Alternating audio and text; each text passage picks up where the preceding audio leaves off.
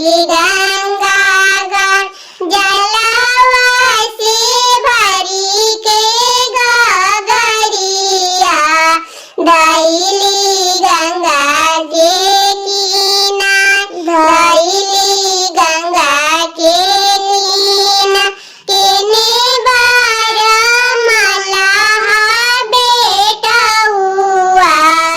देता मोरे घड़ी ला उठा देता मोरे घड़ी ला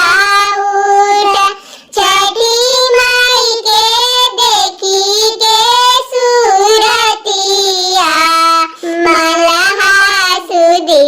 बुद्धि गावा मल्लाह सुधी बुद्धि गावा दाइलियले नरामी कलैया छठी माई बोले खिसिया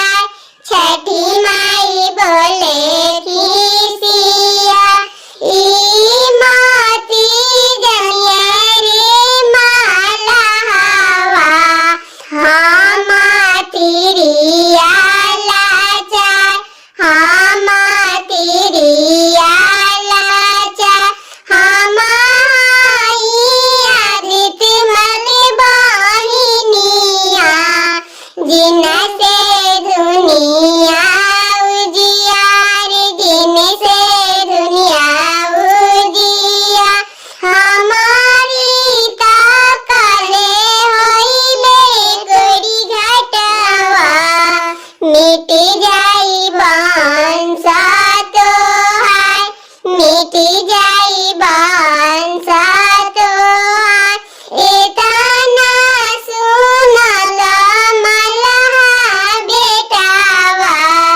गिरले छठी माई के पाँव गिरले छठी माई के पाँव नाही चिन्हनी तोहे छठी मैया माफ कर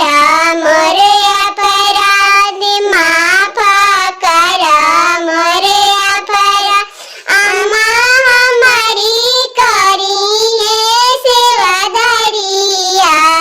चली चलायंगना हम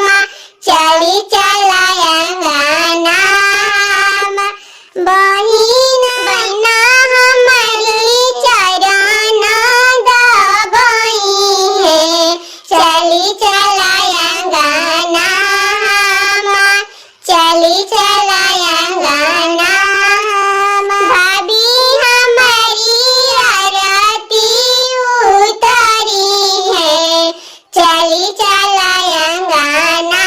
हम चली चलायंगना हम जुगा जुगा जियस मोर बालकावा छठी माई बोले हर साई छठी माई बोले हर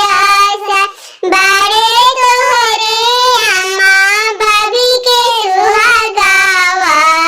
फले फूले परिवार